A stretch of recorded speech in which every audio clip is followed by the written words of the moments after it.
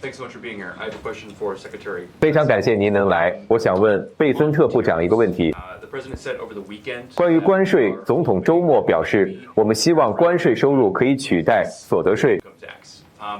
但我们也一直听到有关政府正在寻求的协议的消息。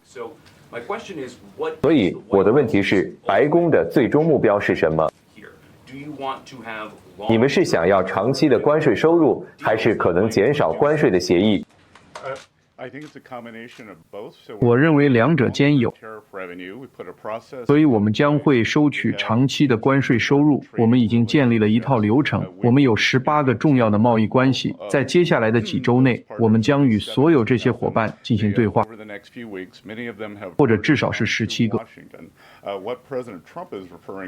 他们中的许多人已经来到华盛顿。川普总统指的是关税收入能够减免所得税。我认为在即将到来的税收法案中，我们很有可能会看到这一点。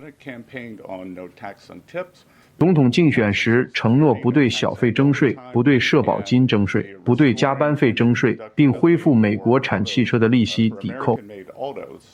所以关税收入可以直接用于以上这些方面的税收减免。所以您认为关税收入在美国的财政政策中可以发挥重要作用吗？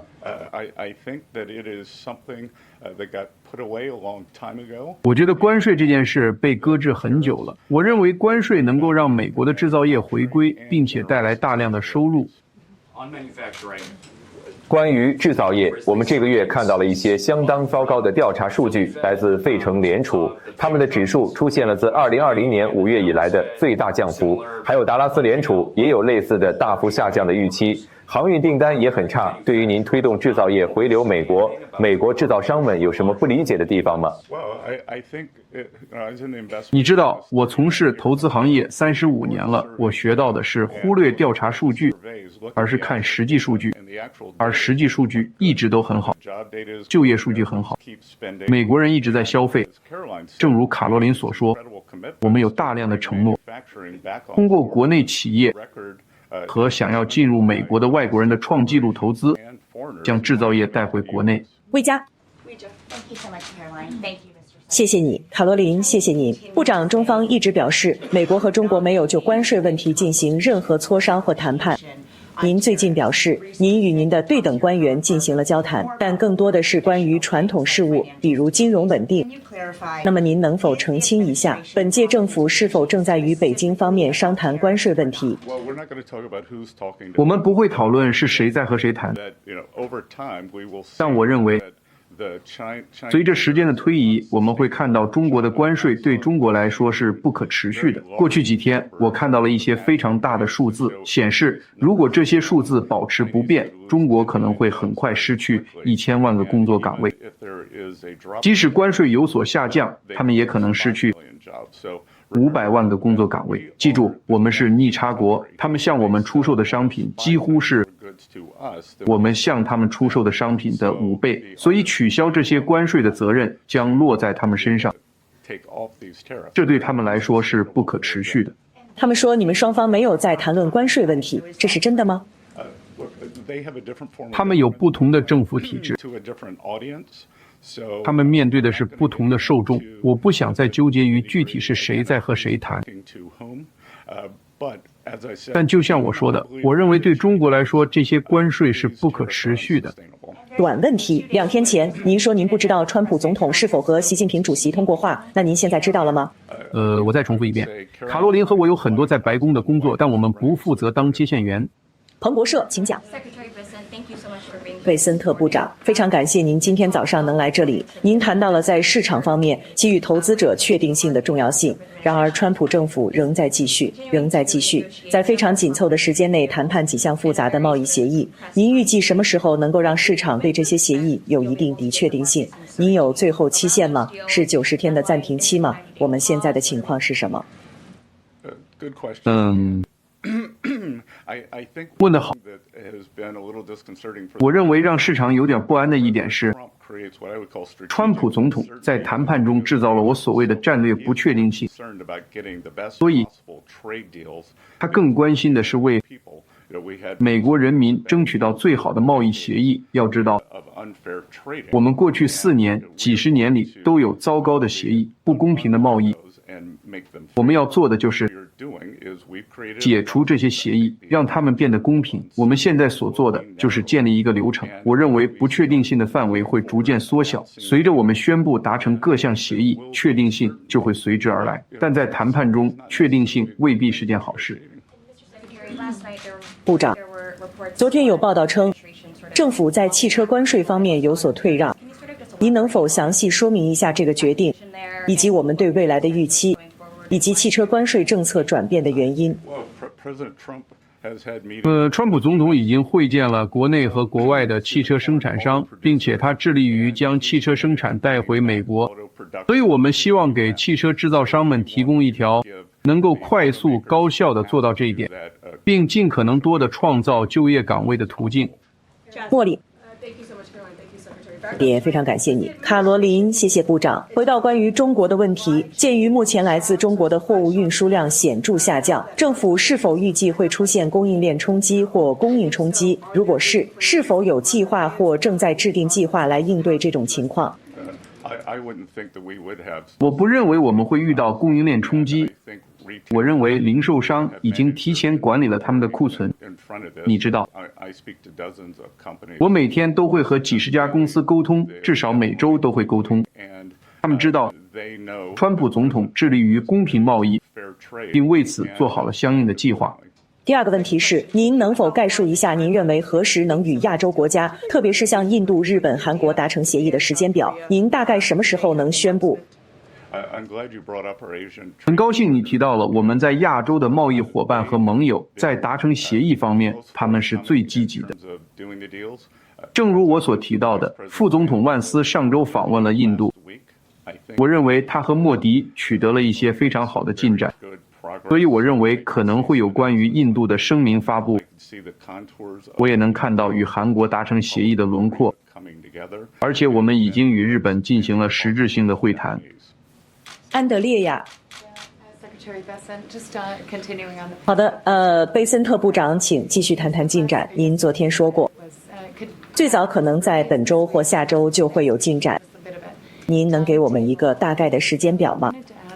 然后我想具体问一下韩国的情况，他们说，由于选举的原因，可能要到7月初才能达成全面协议。日本也有选举。国内因素在多大程度上影响了你们的工作？加拿大刚刚举行了选举，你们是不是觉得可能要考虑推迟90天期限？我其实觉得情况恰恰相反。从我们的会谈来看，这些国家的政府实际上都希望在选举前完成贸易协议的框架，以此表明他们已经成功地与美国进行了谈判。所以我们发现他们实际上更热衷于参与谈判，完成协议，然后回国以此为资本进行竞选。肖恩，这周或下周会不会有什么事情发生？关于什么？关于协议。昨天你说，我再重申一下，我认为我们和印度已经非常接近达成协议了，而且你知道吗？跟大家透露一点内幕，在某种程度上，与印度谈判比与其他许多国家谈判更容易，因为他们有关税，而且关税很高。因此，当我们审查过去几十年里达成的那些不公平贸易协议时，直接针对关税问题反而更容易，因为那些非关税贸易壁垒可能更隐蔽，也更难被发现。所以像印度这样的国家，它有已公布并准备好的关税，这就更容易与他们谈判。所以我觉得和印度的谈判进展顺利。肖恩，部长，早上有报道说，亚马逊很快会在每个产品的价格旁边显示一个数字，显示川普的关税为每个产品增加了多少成本。这难道不是一个非常清楚的证明，表明为这些政策买单的是美国消费者，而不是中国吗？我来回答这个问题，因为我刚和总统通过电话，谈论了亚马逊的声明。这是亚马逊一次带有敌意和政治性的行为。为什么在拜登政府将通货膨胀提高到40年来的最高水平时，亚马逊没有采取这样的行动呢？我还想补充一点，这并不令人意外。正如路透社最近报道的那样，亚马逊与中国的宣传机构有合作，所以这是美国人应该购买美国货的另一个原因。同时，这也是我们正在将关键供应链转移回国内的另一个原因，以巩固我们自己的关键供应链，并促进我们国内制造业。贝索斯还支持川普吗？我不会评论总统和杰夫·贝索斯的关系，但我可以肯定地说，亚马逊的这一举动绝对是充满敌意且具有政治意味的。部长，你有什么要补充的吗？是的，我还想补充一点，降低拜登政府时期糟糕的通胀率一直是川普政府头100天的首要任务。自1月20日以来，川普总统在这方面做得非常出色，利率和抵押贷款利率都在下降，汽油和能源价格也在下降，我们预计还会进一步下降。正如卡罗琳所说，消费者没有注意到的一大税负就是监管，而我们正在放松监管，降低这项成本。所以从家庭收入的角度来看，我们预计实际购买力会有所提高。在执政的头100天里，我们已经看到了这种增长，并且预计未来还会加速。我们正在达成和平协议、贸易协议、税务协议，并推行放松管制。虽然放松管制需要更长的时间才能见效，但我认为到第3、第4季度，效果就会真正显现出来。梅丽，请讲。谢谢你，卡罗琳。想问你和贝森特部长一个问题。我们经常谈论市场的波动性和不确定性。总统一直表示他更关心美国的主流群体。美国的工人，你刚才提到了放松管制以及整个公平贸易和互惠措施。你们想对美国人民传达什么信息，让他们能够度过这场动荡？最终的结果是对美国的工人、美国人民和美国家庭更有利、更有益。我想说，请信任川普总统，他能够再次当选是有原因的，那是因为他在第一个任期内经济政策取得了历史性的成功，正如我在简报开始时所阐述的，以及部长所谈到的，还有川普总统每天都在说的，这有一个经过验证的有效方案，大规模的放松管制、能源独立，以及即将到来的减税政策。部长正在与我们在国会的同僚们为此努力。如果你想谈谈这个把更多的钱放回辛勤工作的美国人口袋里，这可是件大事。至于川普总统试图谈判的公平贸易协议，他不仅仅是要纠正过去4年拜登政府留下的烂摊子，这是一个过去40年造成的烂摊子。他出卖了中产阶级，把工作岗位转移到海外。想想我们的中心地带，美国中部，过去的城镇是什么样子，现在的样子。川普总统想要恢复黄金时代，这是一个过程，这个过程正在进行中。但他组建了一个很棒的贸易团队，贝森特部长、卢特尼克部长、贸易代表格里尔，他们都在为此付出巨大的努力，全天候工作，税收减免即将到来，这是关键。部长先生，您要不要谈谈这个？是的，所以实际上，经济政策就像一个3条腿的凳子，也就是贸易、税收和放松监管。正如卡罗琳所说，我们正在着手解决这些长期的贸易失衡问题。关于税收法案进展比我1月28日上任时想象的要顺利得多，这要归功于川普总统的领导，以及约翰逊议长和图恩议员的团结协作。昨天，约翰逊议长和6个大人物，包括国家经济委员会主任凯文·哈塞特、我本人、约翰逊议长、图恩议员、委员会主席杰森·史密斯和克拉波参议员在内的人员举行了一次非常好的会议。税收法案正在推进中，它将使2017年的减税与就业法案永久化，这将回到关于确定性的问题。它将给美国企业带来确定性，它将给美国人民带来确定性。然后，川普总统还在增加我之前谈到的关于工薪阶层的内容：小费不征税、加班费不征税、社保不征税。汽车付款可抵扣，这将大大解决可负担性危机。另外，我还想指出一点，回到数据上来，美国最大的货币管理公司之一的先锋集团表示，在过去的100天里，97%的美国人没有进行交易。事实上，散户投资者一直很稳健，而机构投资者却惊慌失措。所以说，散户投资者相信川普总统。梅根，谢谢两位，能否详细说明一下，在汽车关税减免方面，我们应该期待什么？另外，部长，我们是否可以期待其他行业也能像汽车和科技行业一样获得关税减免？关于汽车关税减免的具体细节，我在这里不便透露，但我可以告诉大家，这将在很大程度上促进美国汽车制造业的回流。我们的目标仍然是将高质量的工业岗位带回美国。川普总统关注的是未来的就业，而不是过去的就业。我们不一定非要像我成长的地方那样拥有一个蓬勃发展的纺织业，但我们确实希望能够拥有精密制造业，并将其带回美国。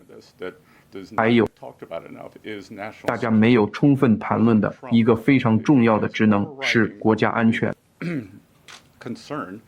川普总统最关心和坚信的是，经济安全就是国家安全。国家安全就是经济安全。我们在新冠病毒期间看到，我们的供应链被切断了，我们需要把很多供应链搬回来，无论是半导体、药品还是钢铁，我们必须实现本土化。所以这是一种结合，既要实现贸易的自由和公平，也要修复它所继承的这个巨大的国家安全漏洞。我想补充一点，梅根总统今天晚些时候将签署关于汽车关税的行政命令，我们会像往常一样发布，请继续。谢谢部长。关于和欧盟的谈判有什么新的进展吗？和欧盟谈判是不是很困难？和欧盟的谈判您有什么新的进展吗？我主要负责亚洲地区的谈判。我的看法是，这可以追溯到基辛格的那句话，我打电话给欧洲的时候，我应该打给谁？我们在和很多不同的利益方谈判，一些欧洲国家，比如法国和意大利，对我们的大型互联网供应商征收了不公平的数字服务税。其他国家，像德国和波兰，则没有这样做。我们希望看到这项针对美国伟大产业的不公平税负被取消。所以，这会是一个互相让步的过程。他们在进行外部谈判之前，需要先解决一些内部事务。爱德华，好的，谢谢你，卡罗琳部长先生。我与商界人士联系，他们说，由于关税的不确定性，他们基本上冻结了长期投资。您认为，川普总统在对经济造成损害之前，还有多久的时间来达成协议？我认为我们现在看到的是，天商界领袖们已经进入了观望状态。我认为我们会在税收法案上给他们带来很大的确定性，而且我认为在接下来的几周内，正如我所说，我们有18个重要的贸易关系，我们先把中国放在一边，剩下的17个都在进行中。然后，正如我昨天所说，我认为我们很有可能完成这项税收法案，而且这项法案对美国的国内投资非常有利。所以我们要做的是，川普总统2017年税收法案中最有利的部分之一，就是设备的完全费用化。我们将使其追溯至1月20日，正如川普总统在国会演讲中所说的那样。我们正在考虑增加的另一件事是工厂的完全费用化。所以，把你的工厂搬回来，你可以完全费用化你在设备和建筑上的花费。我们将把它与放松管制、廉价能源和监管确定性结合起来。这将继续使美国成为国内外投资的最佳目的地。总统表示，世界各国领导人希望在罗马、在梵蒂冈就贸易问题与他会面。除了泽连斯基总统，总统还会见了谁？讨论了贸易问题。我们什么时候能达成这些协议？正如你们所知，总统会见了泽连斯基总统。我们讨论过此事。总统将继续与世界各地的其他国家领导人保持联系。你们也看到许多欧盟领导人访问了白宫。最后，我想强调一下部长刚才提出的观点，在竞选过程中，总统向美国民众承诺，他将让美国再次成为世界上最适合经商的国家，拥有最低的税收、最低的监管和最低的能源成本。如果你在美国做生意，你将无需支付关税，这不仅对世界各地的公司有利，而且对美国公人也有利。这就是我们团队每天如此努力关注的事情。我们还有很多工作要做。美国的黄金时代正在到来，正如我一开始指出的那样，美国消费者、美国的 CEO、美国小企业主有充分的理由对这位总统和我们的前进方向充满信心和乐观。今晚晚些时候，你们会听到总统本人发表更多讲话。正如大家所知，他将前往密歇根州，他将在空军基地与州长惠特莫会面，然后我们将在今晚前往一个集会，在那里你们将直接听到他发表更多讲话。我们密歇根见，谢谢大家。